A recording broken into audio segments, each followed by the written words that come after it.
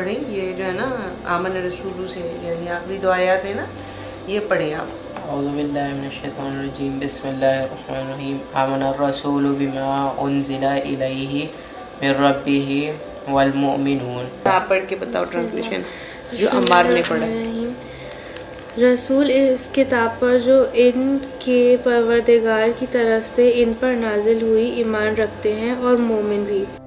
یہ قرآن کا اعجاز ہے کہ اس نے اس غلط روش کے تدارک اور مرد و عورت کے مساوی حیثیت کا نہ صرف اعتقاد پیدا کیا بلکہ واضح اعلان کر دیا کہ حقوق کے اعتبار سے دونوں کا درجہ ایک ہے، جیسا کہ قرآن کریم میں ارشاد ہے، اور حسن سلوک میں بیوی کے حقوق بھی اسی طرح شوہروں پر ہوئے جس طرح شوہروں کے بیویوں پر ہوئے۔ سورہ نساء آیت نمبر 124 میں اعمال کے اجر و ثواب اور سزا و حساب میں بھی کسی امتیاز کے بغیر مرد و عورت کو برابر کا درجہ دیا، اور جو کوئی نیک عمل کرے گا وہ مرد ہو یا عورت بشرط یہ کہ مومن ہو تو ایسے لوگ جنت میں داخل ہوں گے اور ان کی ذرا بھی حق تلفی نہ کی جائے گی۔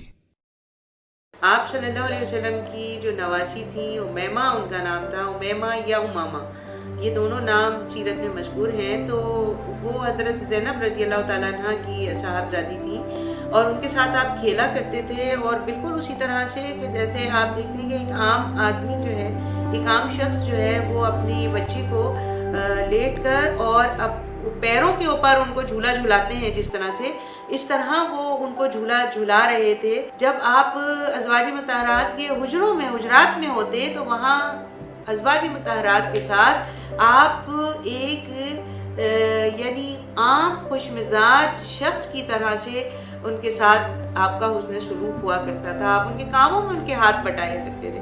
ہمیں کیسے پتہ چلتا ہے کہ آپ صلی اللہ علیہ وسلم جب گھر میں ہوتے تھے تو کیا کیا کرتے تھے؟ یہ حضرت عائشہ رضی اللہ تعالیٰ عنہ بتاتی ہیں۔ حضرت فاطمہ رضی اللہ تعالیٰ عنہ جو ہیں بچپن سے اپنے والد محترم کے بے انتہا قریب تھیں، اور حضور صلی اللہ علیہ وسلم بھی ان سے بے انتہا محبت کرتے تھے۔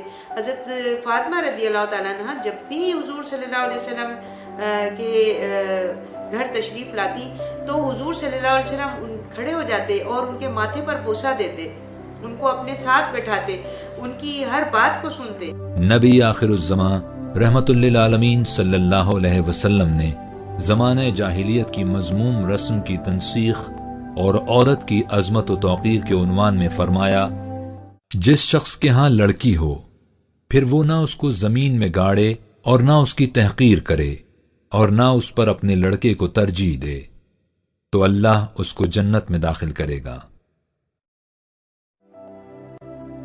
آپ صلی اللہ علیہ وسلم نے شخصی شرافت کا معیار ہی عورتوں کے ساتھ حسن سلوک کو قرار دیا۔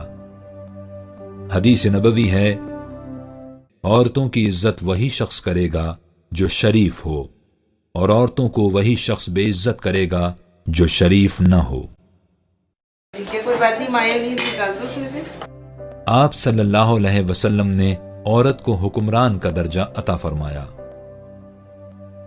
عورت اپنے شوہر کے گھر میں اور اولاد پر حکمران ہے۔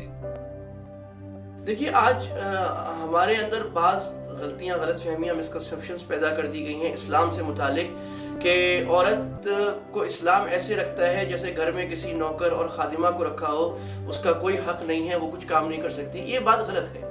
اسلام نے عورت کو تعلیم کی بھی اجازت دی ہے، چنانچہ عورت تعلیم حاصل کر سکتی ہے۔ جتنی بنیادی تعلیم مرد پر حاصل کرنا فرض اور ضروری ہے، عورت پر بھی اتنی تعلیم حاصل کرنا ضروری ہے۔ اسی طرح وہ اپنی پردے کی حدود میں اور اسلام نے جو اس کو ایک حسن اور امتیازی وصف دیا ہے، اس حدود و قیود اور لیمٹس میں رہتے ہوئے کوئی جاب کرنا چاہے تو وہ جاب بھی کر سکتی ہے۔ اسی طرح اسلام نے شریعت کو انڈیویژل پوزیشن کا حق دیا۔ اگر وراثت کا مال عورت کو ملا ہے وہ عورت کا ہے، کسی کو یہ حق نہیں ہے عورت سے چھین لے۔ اگر عورت تجارت کرتی ہے، جو کہ تجارت کرنا عورت کے لیے جائز ہے اپنی حدود میں رہتے ہوئے، تو اس کو جو مال حاصل ہوگا وہ عورت کا اپنا ہے۔ شوہر، اس کے بچے، کوئی مرد اس سے زبردستی وہ مال نہیں لے سکتا۔ یہ وہ پیارے اور حقوق ہیں جو اسلام نے عورت کو دیے ہیں۔ عورت کی مرضی کے بغیر اس کی شادی نہیں کرائی جا سکتی. یہ اور بات ہے کہ آج ہم مسلمان معاشروں میں دیکھ رہے ہیں کہ بہت سے مسلمان معاشروں میں یہ حقوق عورتوں کو نہیں دیے جا رہے. یاد رکھیے اس کی وجہ اسلام نہیں ہے, اس کی وجہ مسلمانوں کا غلط طرز عمل ہے, ورنہ اسلام نے تو عورت کو بہت سارے حقوق دیے ہیں. یہاں تک کہ عورت اگر بیوی کے روپ میں گھر کے اندر ہے تو اسلام میں اس کے اوپر یہ ضروری نہیں ہے کہ وہ گھر کی خادمہ بن کے رہے. اس کے اوپر یہ لیگل ذمہ داری نہیں ہے کہ وہ گھر کے سارے کام کرے, کھانا پکائے. اگرچہ یہ ایک احسان ہے, اگر عورت یہ کام کرتی ہے اس کی طرف سے احسان ہے, لیکن اس کی وجہ سے عورت کو زبردستی کر کے یہ کام اس سے نہیں کرائے جا سکتے. یہ وہ حقوق ہے جو اسلام نے آج سے 1400 سال پہلے اس وقت عورت کو دیے جب مغرب میں یہ بحثیں ہو رہی تھیں کہ عورت کے اندر انسانی روح ہے یا حیوانی روح ہے. اس وقت اسلام نے عورت کو آزاد کیا, عورت کو لبریشن دی اور عورت کو اتنا اونچا مرتبہ اور اتنا خوبصورت مقام عطا فرمایا. یوں اسلام نے عورت کو ہر زمانے کے لیے وہ سب کچھ عطا کر دیا جو اس کا حق تھا, مگر جو اسے کبھی نہ ملا تھا. اس ڈاکومنٹری کا مرکزی نقطہ یہ ہے کہ مرد و عورت کے الگ الگ کردار ہیں. مرد کی ذمہ داری معاش کی فراہمی اور عورت کا اگلی نسل کی پرورش اور کردار سازی ہے. مغرب کا ناکام تجربہ مسلم معاشروں کے لیے باعث عبرت ہے کہ جب انسان قدرت کے دیے گئے کردار کو اجتماعی طور پر مسخ کرتا ہے تو پھر کس طرح خاندانی نظام برباد ہوتا ہے. آج اگر مغربی مفکر مسلم معاشروں کی طرف نگاہ اٹھا کر دیکھتے ہیں تو ان کو یہ بات تسلیم کرنی پڑتی ہے کہ مسلم خاندانی نظام آج بھی بہت مضبوط ہے, اور مضبوط خاندانی نظام انسانیت کی بقا کا ایک اہم زینہ ہے. اب اپنے ہوسٹ عدیل عارف کو اجازت دیجیے. انشاءاللہ اگلی بار پھر ایک اور فکر انگیز ڈاکیومنٹری کے ساتھ حاضر ہوں گے. السلام علیکم ورحمۃ اللہ. مجھے اس بات سے اختلاف ہے کہ آج مسلمان معاشرہ مغرب کی اچھی چیزیں, مغرب کی ٹیکنالوجی, ان کے سٹینڈرڈز, ان کی صداقت, ان کی امانت, ان کی دیانت, ان کے کوالٹی اور ان کے معاشرے کی وہ چیزیں جو حقیقت میں ان کو آج دنیا میں ترقی دے رہی ہیں, وہ تو ہم نہیں لیتے. اس کو ایڈاپٹ کرنے میں ہم لوگ بالکل تیار نہیں ہیں. اس کے برعکس گندی مکھی بن کر, جس طرح چمن میں ایک گندی مکھی جاتی ہے اور وہاں گند پر بیٹھتی ہے, ہم مغرب کا وہ سماجی نظام, وہ بے حیائی, وہ گند لیتے ہیں جس سے آج مغرب خود پریشانی اور ٹینشن کا شکار ہے. یہ طرز عمل سمجھ سے بالاتر ہے.